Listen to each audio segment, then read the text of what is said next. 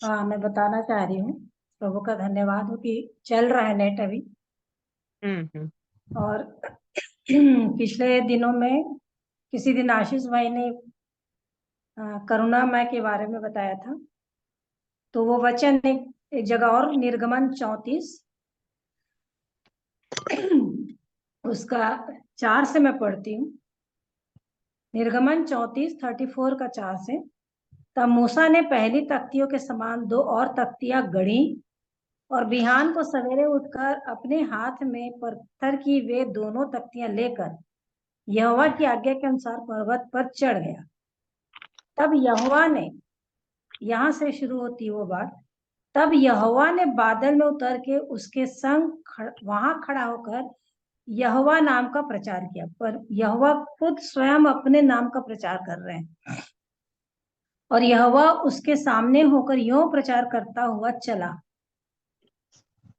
ये अद्भुत बात है कि उसके बारे में हम लोग बोल लेते हैं, लेकिन परमेश्वर खुद, यहोवा खुद अपने बारे में बता रहे हैं।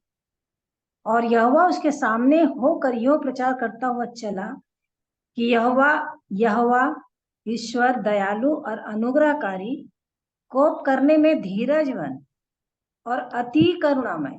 ये वाली बात शब्द को जब मैं पढ़ी, अति करुणामय मतलब उसके करुणा की कोई सीमा नहीं। और सत्य, हजारों पीढ़ियों तक निरंतर करुणा करने वाला। फिर से एक बार और, हजारों पीढ़ियों तक निरंतर करुणा करने वाला, अधर्म और अपराध और पाप का क्षमा करने वाला है, परंतु दोषी वो किसी प्रकार निर्दोष न ठहराएगा। वो पितरों के अधर्म का दंड उनके बेटों वरन पोतों और परपोतों को भी देने वाला है। तो प्रभु का धन्यवाद हो कि उसने स्मरण दिलाया। वो मैं तो बाद में सुनी उसमें, यूट्यूब से। तो इस वचन को परमेश्वर पिता ने याद दिलाया, और हम सब की उन्नति के लिए प्रभु ने फिर से कहा कि इस बात को बताने के लिए, जो मेरे जीवन की गवाही है, ये 2007 की बात है। और प्रभु ने कैसे प्रार्थना करने के, कल के दिन में जो मैंने बताया था वचन से, प्रभु की इच्छा में होकर के, कि हर एक को काम जता दे। मरकुस 13:34 में लिखा है, हर एक को उसका काम जता दे। तो उसने मुझे ये काम बताया 2007 में। और ये वचन किस वचन से मुझको मिला, ये है कुलुस्सियों 4 उसका 12।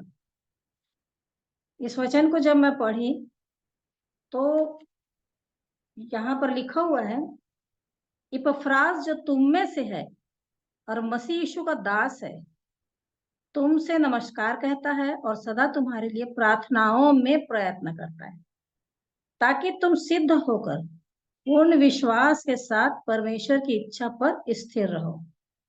बस ये वचन मेरे जीवन में ऐसा काम किया जैसे जीवन पाई इब्राहिम प्रकाशित वाक्य 3:20 से, वैसे ही ये वचन एकदम मेरे को गांठ गांठ गुदे गुदे को बार बार छेद दिया।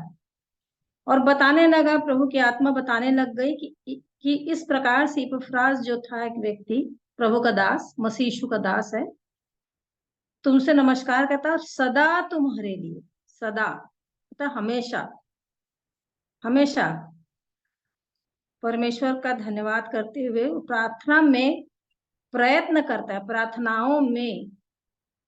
और ये जो लिखा है ना, प्रार्थनाओं में प्रयत्न, यही बात, ये वचन लाइन की मेरे को लग गई कि किसी चीज के लिए प्रयत्न करना मतलब उसके लिए दुख उठाना, उसके लिए कष्ट उठाना, और उसके लिए अपने आप को देना, समय देना, और पूर्ण समर्पण के साथ प्रार्थना करने में लवलीन हो जाना। और एक खास बात की, ताकि तुम सिद्ध होकर पूर्ण विश्वास के साथ परमेश्वर की इच्छा पर स्थिर रहो। तो ये इस वचन के द्वारा फिर प्रभु की आत्मा मेरे से बात करने लग गई कि पहला थिस्सलुनीके 5:17 में भी लिखा है कि निरंतर प्रार्थना में लगे रहो, है ना। और हम सबके लिए भी प्रार्थना करते रहो, 5:25 में भी लिखा हुआ है, हे भाइयों हमारे लिए प्रार्थना करो। तो इस प्रकार से एक एक वचन हमेशा उस समय मेरे से बात करने लगा। दूसरा थिस्सलुनीकियों 3 उसका 2 में लिखा हुआ है कि और हम टेढ़े और दुष्ट मनुष्य से बचे रहें, इस बात के लिए प्रार्थना किया करो। उसका 3 का जो शुरुआत कर रहे हैं, निदान हे भाइयों हमारे लिए प्रार्थना किया करो कि प्रभु का वचन ऐसा शीघ्र फैले और महिमा पाए जैसा तुम में हुआ, और हम टेढ़े और दुष्ट मनुष्यों से बचे रहें, क्योंकि हर एक में विश्वास नहीं। और इस प्रकार से कुरिन्थियों 4 का 2 में भी लिखा हुआ है कि प्रार्थना में लगे रहो और धन्यवाद के साथ उसमें जागृत रहो। और 6 के 18 इफिसियों में आत्मा में प्रार्थना करने के लिए, पवित्र लोगों के लिए प्रार्थना।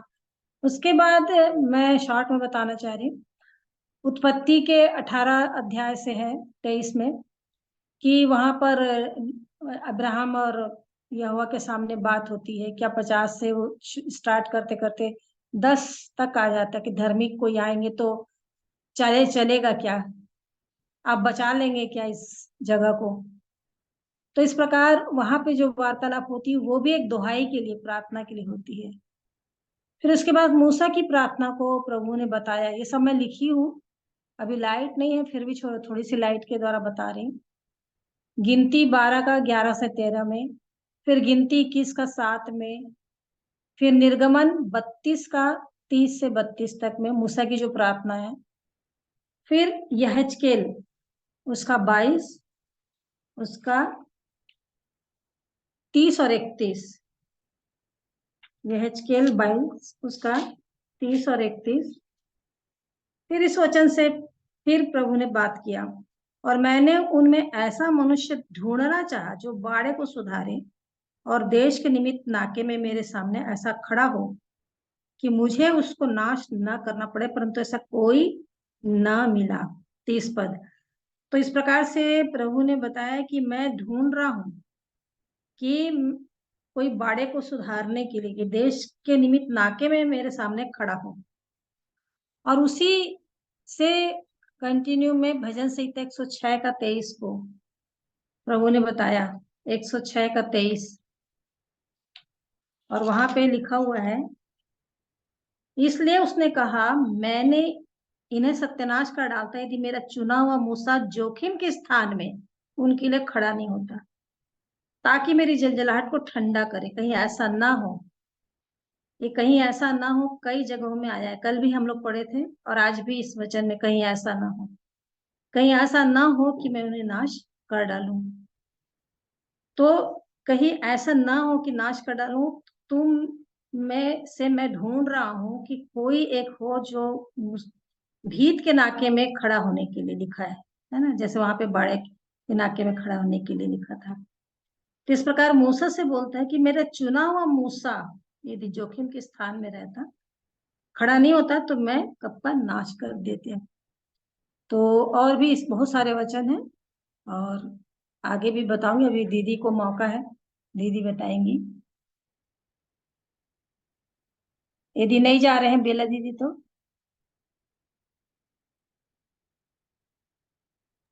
बहन आप कंटिन्यू कर लो, मैं 5 मिनट निकलने ही वाली हूँ। अच्छा, फिर उसके बाद मूसा के सामने जब यहोवा नाम का प्रचार होता है, फिर उसके बाद मेरे को प्रभु ने रोमियो 8 के 34 से भी बताया। रोमियो उसको मैं लिखी हुई हूँ इसलिए मैं बता रही हूँ पूरी बातों को पढ़ पढ़ के। रोमियो 8 का 34, वहां पे लिखा हुआ है,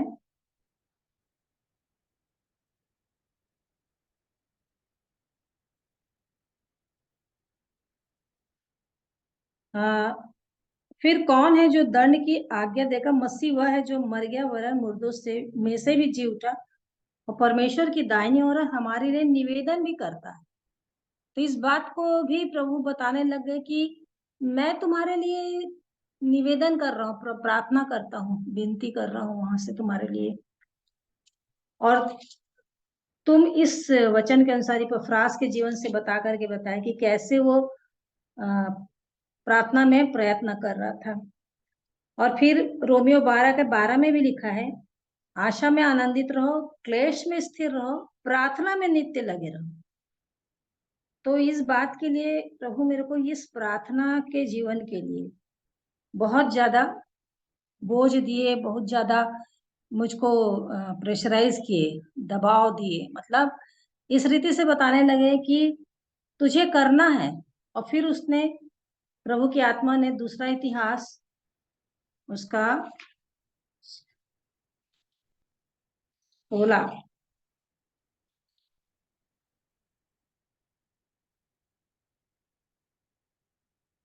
दूसरा इतिहास 16 का 9। देख, यहोवा की दृष्टि सारी पृथ्वी पर इसलिए फिरती रहती है कि जिनका मन उसकी ओर निष्कपट रहता है, उनकी सहायता में वो अपना सामर्थ्य दिखाए। मुझे आज भी, अभी भी याद है, आज तक, ये 2007 की बात है, कि इस वचन के द्वारा प्रभु ने बोला कि मैं देख रहा हूं कि कौन है जिसका मन मेरी ओर निष्कपट है, और जो निष्कपट मन से इस काम को करेगा तो मैं उसकी सहायता करूंगा और मैं उसको सामर्थ्य दूंगा इस काम को करने के लिए। और मेरे मुंह से यही बात निकली कि क्या प्रभु मैं ही दिखती हूँ क्या, ऐसा मैं बोल डाली थी। तो प्रभु ने कहा हाँ, तू तू तू ही करेगी। तो इस प्रकार से जो प्रभु का प्यार और प्रभु का जो आज्ञा मुझको मिला इस वचन के द्वारा और मूसा के जीवन के द्वारा और यहेजकेल 22 में जो लिखा हुआ, इन सारी बातों को, वचन को जब मैं सोचने लगी तो मैंने अपने जीवन में बिल्कुल एक क्लियर विजन को पा लिया कि प्रभु मुझसे केवल प्रार्थना करा, जबकि उस समय मेरी स्थिति अच्छी थी, शारीरिक दशा। तो मुझको ये प्रार्थना के लिए ही प्रभु ने दिया है, और इसी को फिर करने के लिए इसमें भी लिखी हूँ और आगे कि मैं बोली ठीक है, मैं प्रार्थना करूंगी प्रभु।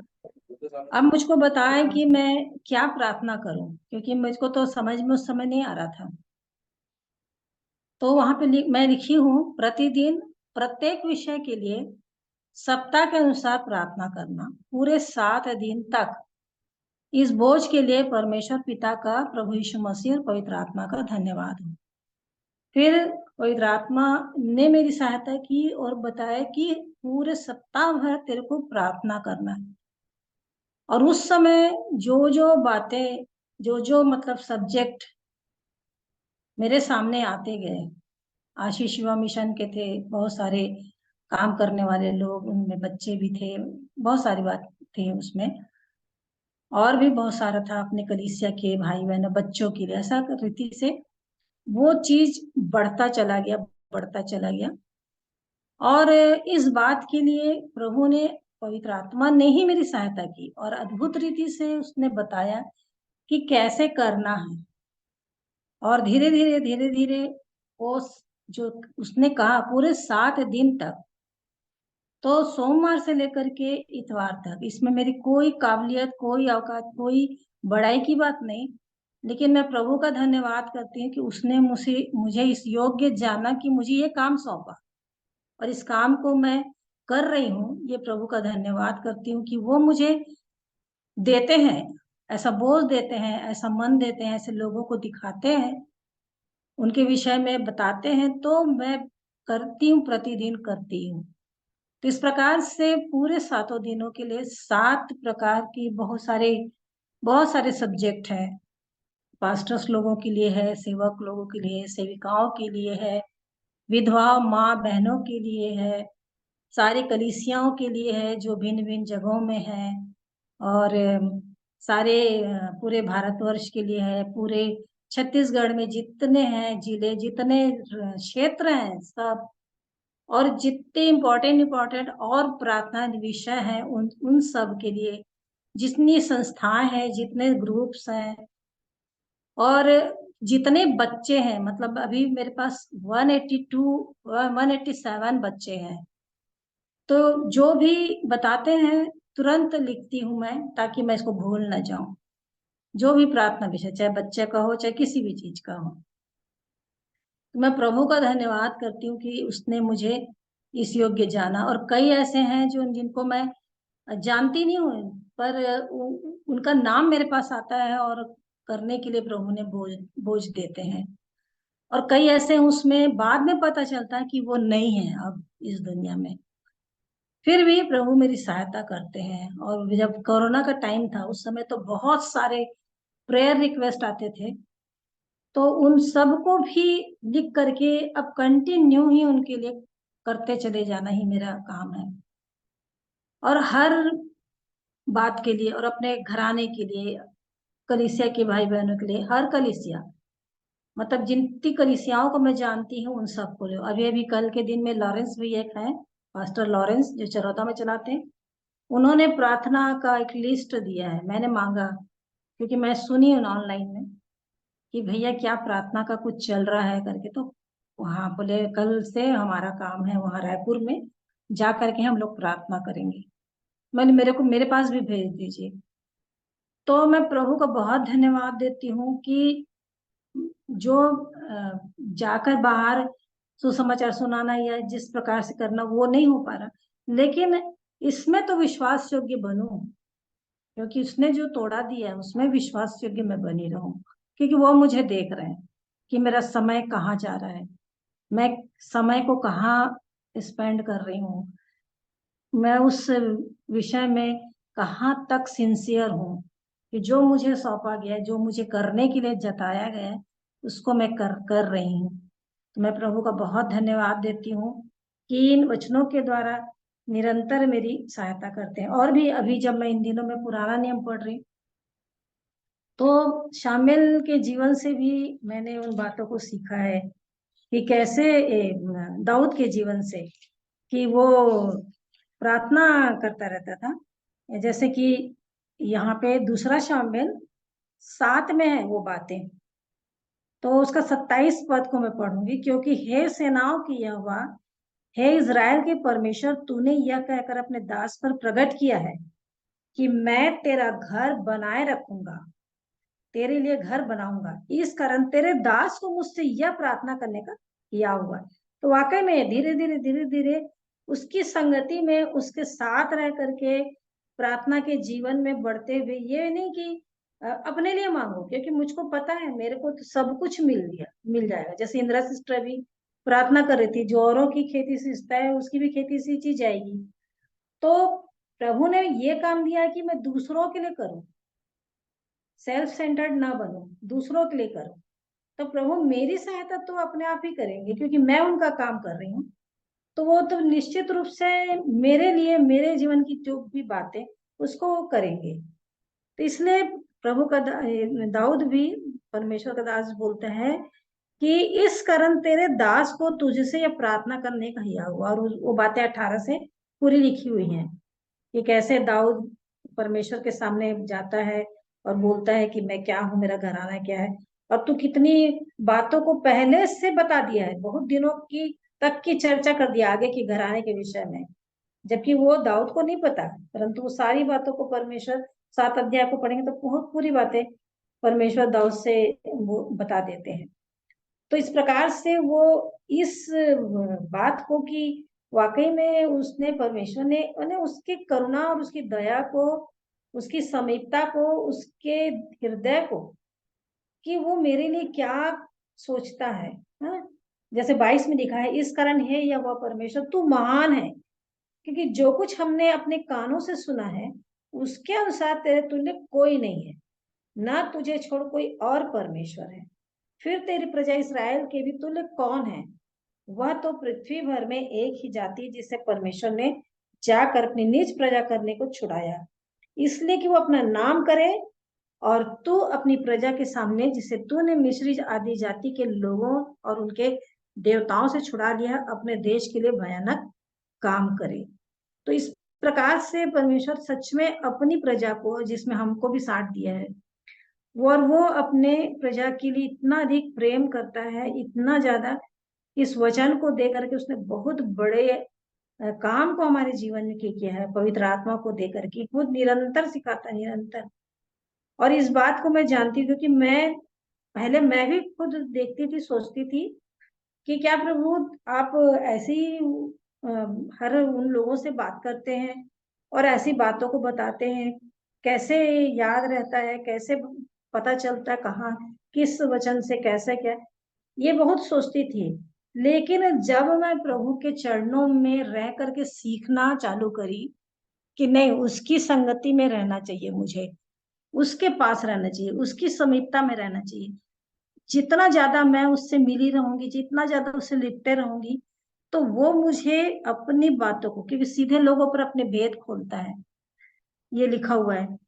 तो वो मेरे लिए सच में बहुत महान परमेश्वर है, बहुत महान प्रभु यीशु मसीह और पवित्र आत्मा भी, कि वो कहाँ क्या है ये पता। मैं आज ही अपनी बहन से जब बात कर रही थी, इसमें भी मैं अपनी बड़ाई नहीं, परंतु सच में प्रभु को महिमा देने के लिए मैंने कहा, दीदी कल के दिन एक वचन जो था मरकुस 13 का 33 से 37 तक का, उसी को बस मैं ये करी थी।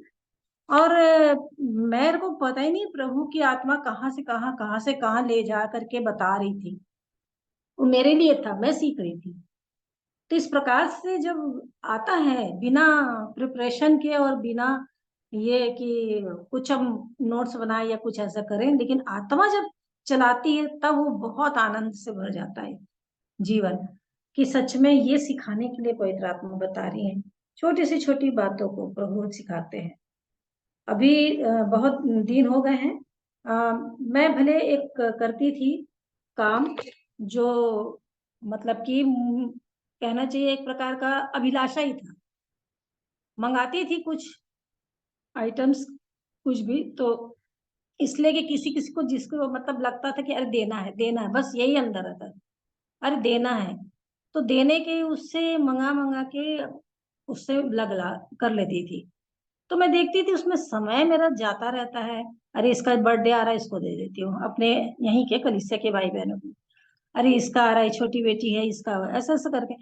तो जब देखी कि मेरी आंखें और मेरा मन, भले ये भलाई के लिए कर रही हूँ, अच्छे काम के लिए, लेकिन ये तो टाइम वेस्ट है फालतू, पूरा उठा करके डिलीट करी। मैं बोली ये रहना ही नहीं चाहिए, जरूरत ही नहीं है, क्या है, कोई मतलब नहीं।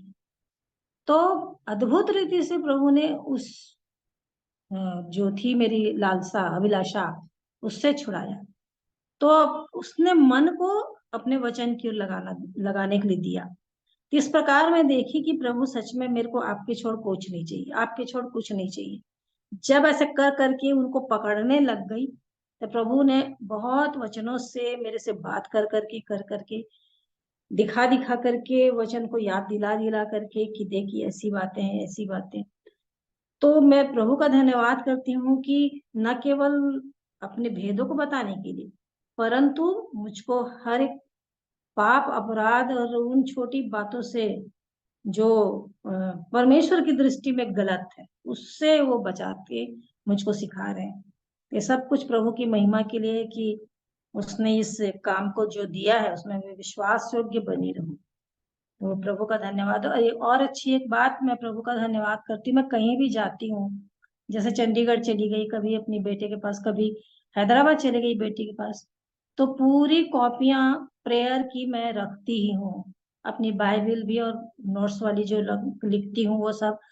और इसको छोड़ती नहीं। क्यों? क्योंकि मेरे को हर दिन करना ही है, प्रभु ने दे दिया कि मैं चलो वहां जा रही हूँ तो ना ले जाऊं, नहीं, लेकिन उसको भी लेकर के मैं जाती हूँ, ताकि फिर वहां से उन जगहों को देखकर, उन लोगों को देख करके उनके लिए प्रार्थना करूं।